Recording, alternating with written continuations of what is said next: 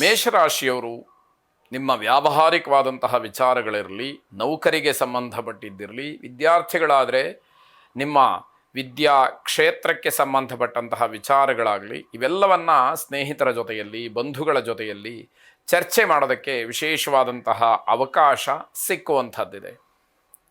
ಕೇವಲ ಚರ್ಚೆ ಮಾಡಿದರೆ ಆಗದೇ ಇರುವಂಥದ್ದು, ಚರ್ಚೆ ಮಾಡಿ ಸರಿಯಾದಂತಹ ಒಂದು ನಿಲುವನ್ನು ನೀವು ತೆಗೆದುಕೊಳ್ಬೇಕಾದಂಥದ್ದು ಮುಖ್ಯವಾಗುತ್ತೆ.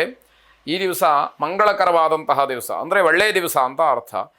ಒಳ್ಳೆಯ ಕಾರ್ಯಗಳನ್ನು ಮಾಡಿ ಆ ಸಮಯವನ್ನು ಸದ್ವಿನಿಯೋಗ ಮಾಡಿಕೊಳ್ಳಿ. ಜೀವನದಲ್ಲಿ ಏನಾದರೂ ಒಂದು ಅಭ್ಯುದಯವನ್ನು, ಒಂದು ಗುರಿಯನ್ನು ಸಾಧಿಸೋದಕ್ಕೆ ಪ್ರಯತ್ನಗಳ ನಡೀಲಿ ಅಂತಕ್ಕಂತಹದ್ದು.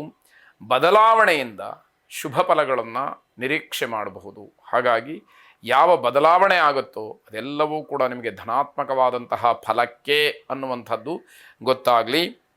ವೃತ್ತಿಯಲ್ಲಿ ಅಥವಾ ಕೆಲಸದಲ್ಲಿ ಸಮಾಧಾನ ಇಲ್ಲದೆ ಇದ್ದರೆ, ಬದಲಾವಣೆಯ ಚಿಂತೆ ಮನಸ್ಸಿನಲ್ಲಿ ಇದ್ದರೆ ಅದಕ್ಕೆ ಪ್ರಯತ್ನವನ್ನು ಮಾಡಿ ಅನುಕೂಲ ಆಗುವಂಥದ್ದಿದೆ. ಈ ದಿವಸ ಹಣದ ಅನುಕೂಲವೂ ಕೂಡ ನಿಮ್ಮ ಯೋಗ್ಯತಾನುಸಾರವಾಗಿ ಸಿಕ್ಕುವಂಥದ್ದು.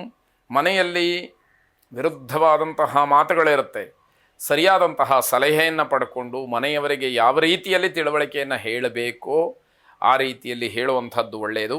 ನವಗ್ರಹರನ್ನು ಪ್ರಾರ್ಥನೆ ಮಾಡಿ ಶುಭವಾಗಿ. ವೃಷಭ ರಾಶಿ, ಯಾವುದೇ ಕೆಲಸಕ್ಕೆ ಮನೆಯವರ ಸಲಹೆ ಅನುಪಯುಕ್ತ ಅನ್ನುವಂತಹ ರೀತಿಯಲ್ಲಿ ಆಗುತ್ತೆ. ನಿಮ್ಮ ಆಲೋಚನೆಗಳೇ ಒಂದು, ಮನೆಯವರು ಹೇಳುವಂಥದ್ದೇ ಒಂದು. ಹೀಗೆ ಇಲ್ಲಿ ಭಿನ್ನಾಭಿಪ್ರಾಯ ಜಗಳಕ್ಕೋ ಅಥವಾ ಮನಸ್ತಾಪಕ್ಕೋ ಕಾರಣ ಆಗಬಹುದು. ಹಾಗಾಗಿ ಮನೆಯವರು ಹೇಳಿದಂತಹ ಮಾತು ಯಾವುದಕ್ಕೂ ಕೂಡ ಉಪಯೋಗಕ್ಕೆ ಬರುವುದಿಲ್ಲ ಅಂತಲೋ ಅಥವಾ ಮನೆಯವರು ಹೇಳಿದ್ದನ್ನು ನೀವು ತಗೊಳ್ಳೋದಿಲ್ಲ ಅಂತಲೋ ಈ ರೀತಿಯಲ್ಲಿ ಆಗುವಂಥದ್ದಿದೆ. ವ್ಯಾಪಾರ ವ್ಯವಹಾರಾದಿಗಳಲ್ಲಿ ಯಾವುದೇ ಕಾರಣಕ್ಕೂ ರಾಜಿಯನ್ನು ಮಾಡಿಕೊಳ್ಳಬೇಡಿ, ನಷ್ಟವಾಗತ್ತೆ. ನೀವು ಬಲವಂತಕ್ಕೆ ಒಪ್ಪದ ಹಾಗೆ ಆಗತ್ತೆ. ಇದು ನಿಮ್ಮ ಗಮನದಲ್ಲಿರಬೇಕು. ಜನರಿಂದ ಸವಾಲುಗಳು ಏನೇ ಬಂದರೂ ಕೂಡ ಅದನ್ನು ಎದುರಿಸಿ ನಿಭಾಯಿಸ್ತಕ್ಕಂತಹ ಸಾಮರ್ಥ್ಯ, ಶಕ್ತಿ ಭಗವಂತ ನಿಮಗೆ ಕೊಟ್ಟಿರ್ತಾನೆ. ಈ ದಿವಸ ಲಾಭದಿಂದ ಮಾತ್ರ ಸಂತೋಷವಾಗುತ್ತೆ. ದುಡ್ಡನ್ನು ನೋಡ್ತೀರಿ, ಲಾಭ ಆಯಿತು, ಅದರಿಂದ ಸಂತೋಷ. ಬೇರೆ ಎಲ್ಲ ವಿಚಾರಗಳು ಕೂಡ ನಿಮಗೆ ಸಂತೋಷವನ್ನು ಕೊಡದೇ ಇರತಕ್ಕಂಥದ್ದೇ ಆಗುತ್ತೆ. ಶ್ರಮ ಹೆಚ್ಚು, ತೃಪ್ತಿ ಕಡಿಮೆ ಅನ್ನುವಂತಹ ದಿವಸ ಇದು. ಸರಿಯಾದಂತಹ ಯೋಜನೆಗಳಿಲ್ಲದೆ ಕೆಲಸದಲ್ಲಿ ಒಂದು ರೀತಿಯ ಅಸಮಾಧಾನವಾಗುತ್ತೆ. ಸುಬ್ರಹ್ಮಣ್ಯ ಸ್ವಾಮಿಗೆ ವಿಶೇಷವಾದಂತಹ ಪ್ರಾರ್ಥನೆಯನ್ನು ಸಲ್ಲಿಸಿ ಶುಭವಾಗಿ. ಮಿಥುನ ರಾಶಿ, ಹೆಚ್ಚಿನ ಸ್ಥಾನಮಾನ ಅಥವಾ ಬಡ್ತಿ ಸಿಕ್ಕುವಂತಹ ದಿವಸ ಅಂತ ಹೇಳಬೇಕು. ಶಿಕ್ಷಣ ಕ್ಷೇತ್ರದಲ್ಲಿ ಸ್ಪರ್ಧಾತ್ಮಕವಾದಂತಹ ಪರೀಕ್ಷೆಗಳಲ್ಲಿ ಯಶಸ್ಸನ್ನು ಕಾಣಲಿಕ್ಕೆ ಅವಕಾಶಗಳಾಗತ್ತೆ. ಆ ಪ್ರಯತ್ನಗಳು ನಿರಂತರವಾಗಿ ನಡೀಲಿ. ವಿದೇಶ ಪ್ರಯಾಣ ಮಾಡುವಂಥವರು ಸಹಾಯವನ್ನು ಕೇಳಬಹುದು. ಆದರೆ ನೀವು ಕೇಳುವಂತಹ ಸಮಯ ಬಹಳ ಮುಖ್ಯವಾಗಿರುತ್ತೆ. ಸೂಕ್ತವಾದಂತಹ ಸಮಯದಲ್ಲಿ ಕೇಳಿ, ನಿಮಗೆ ಒಂದಷ್ಟು ಅನುಕೂಲ, ಜೊತೆಗೆ ಸಹಾಯ ಬಹಳ ಸುಲಭವಾಗಿ ಆಗುತ್ತೆ. ಪ್ರೀತಿ ಪ್ರೇಮದ ವಿಚಾರದಲ್ಲಿ ಜಾಗ್ರತೆಯನ್ನು ವಹಿಸಿ. ದ್ರೋಹ ಆಗಬಹುದು, ವಂಚನೆ ಆಗಬಹುದು, ನಿಮಗೆ ಮೋಸ ಆಗಬಹುದು. ಇದನ್ನು ಗಮನಿಸ್ಕೊಳ್ಳಿಲ್ಲ, ತೊಂದರೆಗೆ ಸಿಲುಕಿ ಕಷ್ಟವನ್ನು ಅನುಭವಿಸಬೇಕಾಗತ್ತೆ. ಸ್ವಲ್ಪ ಮಟ್ಟಿಗೆ ಎಚ್ಚರಿಕೆಯನ್ನು ವಹಿಸಿ. ಮನೆಯ ಬಗ್ಗೆ ತುಂಬ ಕಾಳಜಿ ಇರಬೇಕು. ಇಲ್ಲದೇ ಇದ್ದರೆ ನಿಮ್ಮ ಮನೆಯ ಒಂದಷ್ಟು ದೌರ್ಬಲ್ಯಗಳನ್ನು, ಮನೆಯ ಅತಿ ಸೂಕ್ಷ್ಮವಾದಂತಹ ವಿಚಾರಗಳನ್ನು, ಮನೆಯ ಗುಟ್ಟನ್ನು ಬೇರೆಯವರು ತಿಳಿದು ತೊಂದರೆ ಮಾಡ್ತಕ್ಕಂತಹ ಸಾಧ್ಯತೆ. ಹಳೆಯ ಕೆಲಸದಿಂದ ಪ್ರಶಂಸೆ ಸಿಕ್ಕುವಂಥದ್ದು. ಹಿಂದೆ ಮಾಡಿದಂತಹ ಯಾವುದೋ ಒಂದು ಒಳ್ಳೆಯ ಕೆಲಸ ಇವತ್ತಿಗೂ ಕೂಡ ಜನರ ಬಾಯಲ್ಲಿರುವಂಥದ್ದು. ಆಗಾಗ ನಿಮ್ಮನ್ನು ಸ್ಮರಣೆ ಮಾಡಿಕೊಳ್ಳುವಂಥದ್ದು, ನಿಮ್ಮ ಉಪಕಾರವನ್ನು ಸ್ಮರಿಸ್ತಕ್ಕಂಥದ್ದು ಆಗತ್ತೆ ಅಂತ ಅರ್ಥ. ಗಣಪತಿಯನ್ನು ವಿಶೇಷವಾಗಿ ಪ್ರಾರ್ಥನೆ ಮಾಡಿ ಶುಭವಾಗಿ. ಕರ್ಕಾಟಕ ರಾಶಿ, ನಕಾರಾತ್ಮಕವಾದಂತಹ ಸಲಹೆಗಳನ್ನು ಯಾರ್ಯಾರು ಕೊಡ್ತಾರೆ ಅಂತಹ ವ್ಯಕ್ತಿಗಳಿಂದ ಅಂತರವನ್ನು ಕಾಯ್ದುಕೊಳ್ಳಿ, ದೂರ ಇರಿ. ಅವರ ಮಾತುಗಳಿಗೆ ಬೆಲೆಯನ್ನು ಕೊಡಬೇಡಿ. ಹಾಗಂತ ನಿಷ್ಠುರ ಮಾಡುವಂಥದ್ದು ಬೇಡ. ಹೇಳಿದಾಗ ಹೌದು ಅಂತ ಹೇಳಿ, ನಂತರದಲ್ಲಿ ನಿರ್ಧಾರ ನಿಮ್ಮದಾಗಿರಲಿ. ಈ ದಿವಸ ಶಾಂತಿಪ್ರಿಯರಾಗಿದ್ದರೆ, ತಾಳ್ಮೆಯಿಂದ ಇದ್ದರೆ ಯಶಸ್ಸಿದೆ. ಇಲ್ಲ, ನನ್ನ ನಿಜವಾದಂತಹ ರೀತಿ ನಡವಳಿಕೆ ಇರುವುದೇ ಹೇಗೆ ಅಂತ ಹೇಳಿ ನಿಮ್ಮ ವರಸೆಯನ್ನು ನೀವು ತೆಗೆದರೆ ಅದು ನಿಮಗೆ ತೊಂದರೆಯನ್ನು ಮಾಡುತ್ತೆ ಅಂತ ಅರ್ಥ. ನಿಮ್ಮ ವರ್ತನೆ ಧನಾತ್ಮಕವಾಗಿ ಬದಲಾವಣೆ ಆದರೆ ಜಯ ಇದೆ, ಒಳ್ಳೆಯದಿದೆ. ಅದೇ ರೀತಿಯಲ್ಲೇ ನಡೆದರೆ ಕಷ್ಟವನ್ನು ಅನುಭವಿಸ್ತೀರಿ. ತದ್ವಿರುದ್ಧವಾಗಿ ಆದರೆ ಇನ್ನಷ್ಟು ಮತ್ತಷ್ಟು ಕಷ್ಟಗಳು ಹೆಚ್ಚಾಗುವಂಥದ್ದಿರುತ್ತೆ. ಏಕಾಂಗಿಯಾಗಿ ಹೋರಾಟವನ್ನು ಮಾಡಬೇಕಾಗಬಹುದು. ಎಲ್ಲ ವಿಷಯಗಳಿಗೂ ತಾಳ್ಮೆ ಇರಲಿ. ಅನುಕೂಲ ಇರುವಾಗ ತಾಳ್ಮೆಯಿಂದ ಮಾಡಬೇಕಾದಂತಹ ಕೆಲಸಗಳನ್ನು ಆಲೋಚನೆ ಮಾಡಿ ಮಾಡುವಂಥದ್ದು. ಕಠಿಣ ಪರಿಶ್ರಮ ಜೊತೆಗೆ ಆ ರೀತಿಯ ಮನಸ್ಸಿದ್ದಾಗ ಯಾವುದೇ ಕಾರಣಕ್ಕೂ ರಾಜಿಯನ್ನು ಮಾಡಿಕೊಳ್ಬೇಡಿ. ಕಷ್ಟಪಡ್ತೀನಿ, ನಾನು ಕಷ್ಟಪಟ್ಟೇ ಪಡ್ತೀನಿ, ಏನೇ ಬರಲಿ ಎದುರಿಸ್ತೀನಿ ಅನ್ನುವಂತಹ ಛಲ ಮನಸ್ಸಿದ್ದಾಗ ರಾಜಿ ಯಾಕೆ ಮಾಡಿಕೊಳ್ಬೇಕು ಅನ್ನುವಂಥದ್ದಾಗತ್ತೆ.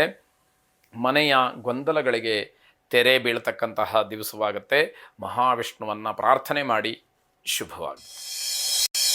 ಸಿಂಹರಾಶಿ ಈ ದಿವಸ ವ್ಯಾಪಾರದಲ್ಲಿ ಒಂದಷ್ಟು ಲಾಭವನ್ನು ನೋಡುವಂತಹ ದಿವಸ. ಧಾರ್ಮಿಕ ಕಾರ್ಯಗಳಲ್ಲಿ ಮನಸ್ಸನ್ನು ಮಾಡ್ತೀರಿ. ಭಗವಂತನ ಬಗ್ಗೆ, ಪೂರ್ವಜನ್ಮ ಪುನರ್ಜನ್ಮಗಳ ಬಗ್ಗೆ ತಿಳ್ಕೊಳ್ಬೇಕು. ನಮ್ಮ ಧರ್ಮ ಗ್ರಂಥಗಳನ್ನು ಅವಲೋಕಿಸಬೇಕು. ಪೂಜೆ ಪುನಸ್ಕಾರ, ಜಪ, ಹೋಮ, ಹವನ, ಪುಣ್ಯಕ್ಷೇತ್ರ ದರ್ಶನ ಇತ್ಯಾದಿಗಳ ಬಗ್ಗೆ ಮನಸ್ಸು ಬರುವಂಥದ್ದಾಗುತ್ತೆ. ಕಷ್ಟಗಳನ್ನು ಎದುರಿಸ್ತಕ್ಕಂತಹ ಶಕ್ತಿ ಹೆಚ್ಚಾಗುತ್ತೆ. ಕಷ್ಟ ಬೇಡವೇ ಬೇಡ ಅಂತ ಹೇಳಿ ಆಸೆ ಪಡುವಂಥದ್ದು ಸಹಜ. ಆದರೆ ಸುಖವನ್ನು ಅಪೇಕ್ಷೆ ಪಟ್ಟ ಹಾಗೆ ಕಷ್ಟವೂ ಕೂಡ ಇದ್ದೇ ಇರುತ್ತೆ. ಆದರೆ ಕಷ್ಟ ಬೇಡ ಅಂತ ಹೇಳೋದಕ್ಕಿಂತ ಕಷ್ಟವನ್ನು ಎದುರಿಸ್ತಕ್ಕಂತಹ ಶಕ್ತಿ ಇರಲಿ ಅಂತ ಕೇಳುವಂಥದ್ದು ನಿಜವಾಗಲೂ ಸರಿಯಾದಂತಹ ಮಾರ್ಗ. ಸರ್ಕಾರಿ ಕೆಲಸಗಳಿಂದ ಸಮಾಧಾನ ಸಿಕ್ಕುವಂಥದ್ದು. ವಿರೋಧಿಗಳು ನಿಮ್ಮ ವಿಚಾರಕ್ಕೆ ಬರೋದಿಲ್ಲ. ಶತ್ರುಗಳು ಯಾರೂ ನಿಮ್ಮ ತಂಟೆಗೆ ಬರದೇ ಇರತಕ್ಕಂಥದ್ದು. ಕುಟುಂಬದಲ್ಲಿ ಮಾತಿನ ಸಮತೋಲನವನ್ನು ಕಾಪಾಡಿಕೊಳ್ಬೇಕು. ಯಾವ ಮಾತನ್ನು ಆಡಿದರೆ ಆ ಮಾತಿಗೆ ತೂಕ ಹೆಚ್ಚಾಗತ್ತೆ, ಬೆಲೆ ಬರುತ್ತೆ ಅನ್ನುವಂಥದ್ದನ್ನು ತಿಳಿದು ಮಾತಾಡಬೇಕು. ಬಾಯಲ್ಲಿದ್ದ ಹಾಗೆ ಮಾತಾಡಿದರೆ ಕಷ್ಟವಾದೀತು. ಸುದರ್ಶನ ಮಹಾವಿಷ್ಣುವನ್ನು ಪ್ರಾರ್ಥನೆ ಮಾಡಿ ಶುಭವಾಗಿ. ಕನ್ಯಾ ರಾಶಿ, ಅಧ್ಯಯನದ ಕೊರತೆ ಉಂಟಾಗ್ತಕ್ಕಂಥದ್ದು. ಓದಬೇಕು, ವಿಚಾರವನ್ನು ತಿಳಿಬೇಕು ಅಂತಂದರೆ ಓದಬೇಕಾಗತ್ತೆ. ಅದರ ಪ್ರಯತ್ನ ಸಾಕಾಗೋದಿಲ್ಲ ಅಂತ ಅರ್ಥ. ವೃತ್ತಿ, ಕಾರ್ಯಕ್ಷೇತ್ರ, ಉದ್ಯೋಗ ಎಲ್ಲ ಕಡೆಯಲ್ಲೂ ಕೂಡ ನಿಮಗೆ ಅನುಕೂಲ ಇರತಕ್ಕಂಥದ್ದು. ಮಧ್ಯಾಹ್ನದ ನಂತರದಲ್ಲಿ ಯಶಸ್ಸಿನ ಒಂದು ಸಮಯ ಶುರು ಆಗತ್ತೆ ಅನ್ನುವಂಥದ್ದನ್ನು ತಿಳಿಬೇಕು. ಒಳ್ಳೆಯ ದಿನ ಆದಾಗ ಅದನ್ನು ಸದ್ಬಳಕೆ ಮಾಡಿಕೊಳ್ಳಿ. ಮಧ್ಯಾಹ್ನದ ನಂತರದಲ್ಲಿ ಒಳ್ಳೆಯದಾಗತ್ತೆ. ನಿಮ್ಮ ಒಳ್ಳೆಯ ಸಮಯವನ್ನು ಒಳ್ಳೆಯ ಕಾರ್ಯಕ್ಕೆ ವಿನಿಯೋಗ ಮಾಡಿಕೊಳ್ಳಿ. ವ್ಯಾಪಾರ ವ್ಯವಹಾರಾದಿಗಳಿಂದ ಸರಳ ಸುಲಭವಾಗಿ ಲಾಭ ಸಿಕ್ಕುವಂತಹ ದಿವಸ. ಹೆಚ್ಚು ಖರ್ಚಿರತಕ್ಕಂತಹ ದಿವಸ. ಆದಾಯ ಬರುತ್ತೆ, ಖರ್ಚಾಗತ್ತೆ, ಅದು ಬೇರೆ. ಆದರೆ ಆ ಒಂದು ಯೋಗ್ಯತೆ ಎಲ್ಲವೂ ಕೂಡ ಇರಬೇಕಲ್ಲ ಅನ್ನುವಂಥದ್ದು. ದೇವಿಯನ್ನು ವಿಶೇಷವಾಗಿ ಪ್ರಾರ್ಥನೆ ಮಾಡಿ ಆ ಜಗನ್ಮಾತೆಯ ಅನುಗ್ರಹ ಸಂಪೂರ್ಣವಾಗಿ ನಿಮಗೆ ಇರಲಿ. ಶುಭವಾಗಿ. ತುಲಾರಾಶಿ, ನಿಮ್ಮ ದೊಡ್ಡ ದೊಡ್ಡ ಚಿಂತನೆಗಳಿಗೆ ಪುಷ್ಟಿ ಸಿಕ್ಕುವಂತಹ ದಿವಸ ಇದಾಗತ್ತೆ. ದೊಡ್ಡ ಸಮಸ್ಯೆಗಳಿಗೆ ನಿಮ್ಮಿಂದ ಪರಿಹಾರ ಸಿಕ್ಕುವಂಥದ್ದು. ಯಾವುದೇ ಒಂದು ಸಮಸ್ಯೆ ಇರಲಿ, ಅದಕ್ಕೆ ಪರಿಹಾರದ ಉಪಾಧಿಯಲ್ಲಿ ಏನೋ ಒಂದು ಅನುಕೂಲ ಆಗುವಂಥದ್ದಿದೆ. ಕುಟುಂಬದ ಜವಾಬ್ದಾರಿಗಳು ಹೆಚ್ಚಾಗ್ತಕ್ಕಂಥದ್ದು. ನಿಮ್ಮ ಕರ್ತವ್ಯ, ಜವಾಬ್ದಾರಿಗಳು ಇವೆಲ್ಲವೂ ಕೂಡ ಹೆಚ್ಚಾಗ್ತಕ್ಕಂಥದ್ದಾಗುತ್ತೆ. ಸ್ನೇಹಿತರ ಜೊತೆಯಲ್ಲಿ ಕೆಲಸದ ಬಗ್ಗೆ ಚರ್ಚೆಯನ್ನು ಮಾಡಿ. ವಿದ್ಯಾರ್ಥಿಗಳಿಗೆ ತುಂಬ ಶುಭವಾದಂತಹ ದಿವಸ. ಅದೃಷ್ಟದ ಬೆಂಬಲ ನಿಮಗಿದೆ, ನಿಮ್ಮ ಜೊತೆಯಲ್ಲಿ ಇದೆ ಅನ್ನುವಂಥದ್ದು ಗೊತ್ತಾಗುತ್ತೆ. ಈಶ್ವರನನ್ನು ಪ್ರಾರ್ಥನೆ ಮಾಡಿ. ವಾಹನಂ ವೃಷಭೋಜಸ್ಯ ವಾಸುಕಿ ಕಂಠಭೂಷಣಂ ವಾಮೇ ಶಕ್ತಿಧರಂ ಒಂದೇ ವಕಾರಾಯ ನಮೋ ನಮಃ ಎಂಬ ಪ್ರಾರ್ಥನೆಯನ್ನು 11 ಬಾರಿ ಮಾಡಿ ಶುಭವಾಗಿ. ವೃಶ್ಚಿಕ ರಾಶಿ, ನಿಮ್ಮ ಹಣದ ಬಗ್ಗೆ ಸ್ವಲ್ಪ ಜಾಗ್ರತೆಯನ್ನು ವಹಿಸಬೇಕಾದಂಥದ್ದು. ಕುಟುಂಬದಲ್ಲಿ ಹಲವಾರು ರೀತಿಯ ಮಾಹಿತಿಗಳು ದೊರೆಯುತ್ತೆ. ಆದರೆ ಅವೆಲ್ಲವನ್ನು ಸ್ವೀಕಾರ ಮಾಡಿ ಉತ್ತಮವಾದಂಥದ್ದನ್ನು, ನಿಮ್ಮ ಅನುಕೂಲಕ್ಕೆ ಒಗ್ಗುವಂತಹ ಸಲಹೆಗಳನ್ನು ನೀವು ಬಳಕೆ ಮಾಡಿಕೊಳ್ಳಿ ಎನ್ನುವಂಥದ್ದು. ಅನಗತ್ಯವಾದಂತಹ ಹೂಡಿಕೆಯನ್ನು ಮಾಡಬೇಡಿ. ಹಣಕ್ಕೋಸ್ಕರವಾಗಿ ತೊಂದರೆಯನ್ನು ಮಾಡಿಕೊಳ್ತೀರಿ, ಇದು ಗಮನದಲ್ಲಿರಬೇಕು. ಯಾರನ್ನೂ ಕೂಡ ಅತಿಯಾಗಿ ನಂಬೋದಕ್ಕೆ ಹೋಗಬೇಡಿ, ಮೋಸವಾಗಬಹುದು. ಜೊತೆಗಿದ್ದವರು ಗೊತ್ತಿಲ್ಲದೆ ಮೋಸವನ್ನು ಮಾಡಬಹುದು. ಅದೇನಾದರೂ ಅವರು ಕ್ಷಮೆ ಕೇಳುವಂತಹ ಪ್ರಸಂಗ ಬಂದರೆ ಅವರನ್ನು ಕ್ಷಮಿಸಿಬಿಡಿ. ಉದ್ದೇಶ ಅವರಿಗೆ ಆ ರೀತಿದಿರುವುದಿಲ್ಲ. ಅನಿವಾರ್ಯವಾಗಿಯೋ ಅಥವಾ ಯಾವುದೋ ಒತ್ತಡಕ್ಕೋ ಮಣಿದು ಆ ರೀತಿಯ ಮೋಸವನ್ನು ಮಾಡಿರ್ತಾರೆ ಅಥವಾ ಗೊತ್ತಿಲ್ಲದೆ ಮೋಸವನ್ನು ಮಾಡಿರ್ತಾರೆ ಅನ್ನುವಂಥದ್ದು. ಮಾನಸಿಕವಾದಂತಹ ಆಯಾಸ ನಿಮಗೆ ಕಾಡ್ಬೋದು. ಮನಸ್ಸಿಗೆ ಏನೋ ಒಂದು ರೀತಿಯ ಭಾರ ಅನ್ನುವಂಥದ್ದು ಗೊತ್ತಾಗುತ್ತೆ. ಲಕ್ಷ್ಮೀನಾರಾಯಣರನ್ನು ಪ್ರಾರ್ಥನೆ ಮಾಡಿ ಶುಭವಾಗಿ. ಧನುರ್ರಾಶಿ, ಮನಸ್ಸಿನಲ್ಲಿ ಏನೋ ಒಂದು ರೀತಿಯ ತವಕ, ಆಡಂಬರದ ವಸ್ತುವನ್ನು ಖರೀದಿ ಮಾಡಿಬಿಡಬೇಕು ಅಂತ ಮಾಡ್ತೀರಿ. ಆದರೆ ಆ ಖರ್ಚಿನ ಬಗ್ಗೆ ದೊಡ್ಡದಾದ ಚಿಂತೆ ಶುರುವಾಗತ್ತೆ. ಮಾನಸಿಕವಾಗಿ ಏನೋ ಗೊಂದಲಗಳು ಸೃಷ್ಟಿಯಾಗತ್ತೆ ಅನ್ನುವಂಥದ್ದು. ಕಠಿಣ ಪರಿಶ್ರಮದಿಂದ ಲಾಭ ಸಿಕ್ಕತ್ತೆ. ಆದರೆ ಪ್ರಯತ್ನಪೂರ್ವಕವಾಗಿ ಆ ಶ್ರಮವನ್ನು ವಹಿಸಬೇಕು, ಆಲಸ್ಯವನ್ನು ದೂರ ಮಾಡಬೇಕು ಅಂತ ಅರ್ಥ. ಅವಿದ್ಯಾವಂತರ ಜೊತೆ ವ್ಯವಹಾರ ಮಾಡ್ತಕ್ಕಂಥದ್ದು ಜಗಳಕ್ಕೆ ಕಾರಣವಾಗುತ್ತೆ. ಯಾಕೆಂದರೆ ನೀವೇನು ಹೇಳ್ತೀರಿ ಅವರಿಗೆ ಅರ್ಥ ಆಗೋದಿಲ್ಲ. ಅವರದ್ದೇ ಆದಂತಹ ವಾದ ವಿವಾದಗಳಿರುತ್ತೆ. ಅವಮಾನಕ್ಕೆ, ಜಗಳಕ್ಕೆ ಅದೆಲ್ಲ ಕಾರಣವಾಗ್ತಕ್ಕಂಥದ್ದು.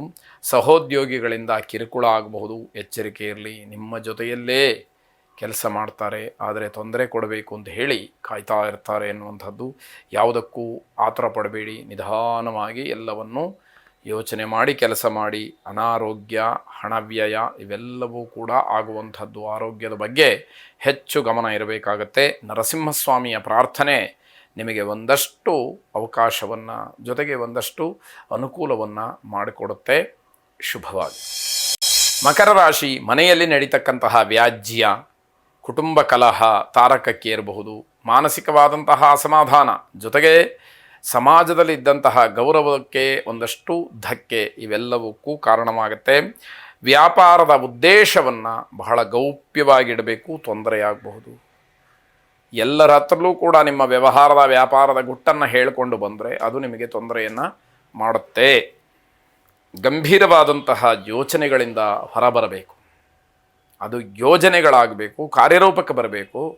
ಕೂತು ಸುಮ್ಮನೆ ತಲೆ ಮೇಲೆ ಕೈ ಹೊತ್ಕೊಂಡು ಯೋಚನೆ ಮಾಡಿದರೆ ಏನು ಪ್ರಯೋಜನ ಅನ್ನುವಂಥದ್ದಾಗುತ್ತೆ. ಅದಾಗಬಾರ್ದು. ವಿದ್ಯಾರ್ಥಿಗಳಿಗೆ, ಸಣ್ಣ ಮಕ್ಕಳಿಗೆ ತೊಂದರೆಯಾಗ್ತಕ್ಕಂತಹ ಸೂಚನೆ, ಅದನ್ನು ಪೋಷಕರು ಸರಿಯಾದಂತಹ ರೀತಿಯಲ್ಲಿ ಗಮನಿಸ್ಕೊಳ್ಬೇಕಾದಂಥದ್ದು.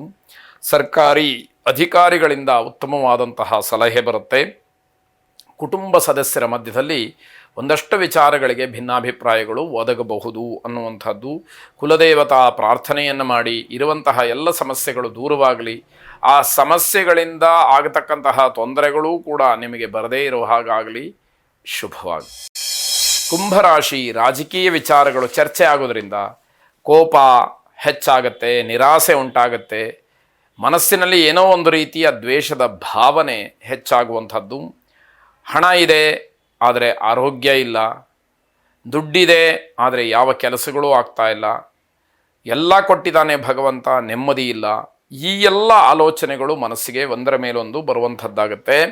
ಅನಗತ್ಯವಾದಂತಹ ಜನರ ಸಂಪರ್ಕವೂ ಕೂಡ ಮನಸ್ಸಿನ ಮೇಲೆ ತುಂಬ ಪರಿಣಾಮವನ್ನು ಬೀರಿ ತೊಂದರೆಗೆ ಕಾರಣವಾಗುತ್ತೆ. ನಿಮ್ಮನ್ನು ರಕ್ಷಣೆ ಪೋಷಣೆ ಮಾಡಿಕೊಳ್ಳೋದ್ರಲ್ಲೇ ಕಾಲ ಕಳೆದು ಹೋಗ್ಬಿಡುತ್ತೆ. ಇಡೀ ದಿವಸ ಪೂರ್ತಿ ಅದೇ ಕೆಲಸ ಆಗುವಂಥದ್ದು.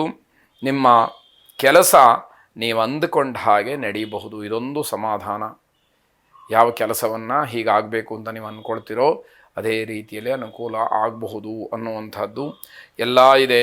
ಆದರೆ ಯಾವುದನ್ನು ಕೂಡ ನಾನು ಸರಿಯಾಗಿ ಪಡ್ಕೊಳ್ಳೋದಕ್ಕೆ ಆಗ್ತಾ ಇಲ್ವಲ್ಲ, ಮನಸ್ಸಿಗೆ ಸಮಾಧಾನ ಇಲ್ವಲ್ಲ, ನೆಮ್ಮದಿ ಇಲ್ವಲ್ಲ ಅನ್ನುವಂತಹ ಯೋಚನೆಯಲ್ಲೇ ಇಡೀ ದಿವಸವನ್ನು ಕಳೆಯುವಂಥದ್ದಾಗತ್ತೆ. ಇಷ್ಟ ದೇವತಾ ಪ್ರಾರ್ಥನೆಯನ್ನು ಮಾಡಿ. ಶುಭವಾಗಲಿ. ಕೊನೆಯದಾಗಿ ಮೀನರಾಶಿ, ಸ್ವಂತ ಉದ್ಯೋಗದ ಚಿಂತನೆಯನ್ನು ಮಾಡ್ತೀರಿ. ಏನಾದರೂ ಒಂದು ಸ್ವಂತ ಉದ್ಯೋಗವನ್ನು ಮಾಡಲೇಬೇಕು, ಇನ್ನೂ ಸಮಯ ಹೆಚ್ಚು ಕಾದರೆ ಚೆನ್ನಾಗಿರೋದಿಲ್ಲ ಅನ್ನುವಂತಹ ನಿರ್ಧಾರ ನಿಮ್ಮದು ಆಗಬಹುದು. ಯುವ ಪೀಳಿಗೆಗೆ ಸಂತೋಷದ ಸಮಯ, ಜೊತೆಗೆ ತಂತ್ರಜ್ಞಾನದ ಬಗ್ಗೆ ನಿಮ್ಮ ಒಲವು ಹೆಚ್ಚಾಗ್ತಕ್ಕಂಥದ್ದು. ಯಾವ ಒಂದು ತಂತ್ರಜ್ಞಾನವನ್ನು ಬಳಸಿದರೆ ನಮಗೆ ಅನುಕೂಲವಾಗುತ್ತೆ ಅನ್ನೋದರ ಬಗ್ಗೆ ಚಿಂತನೆಗಳು ಹೆಚ್ಚಾಗಿ ನಡೆಯುವಂಥದ್ದಾಗುತ್ತೆ.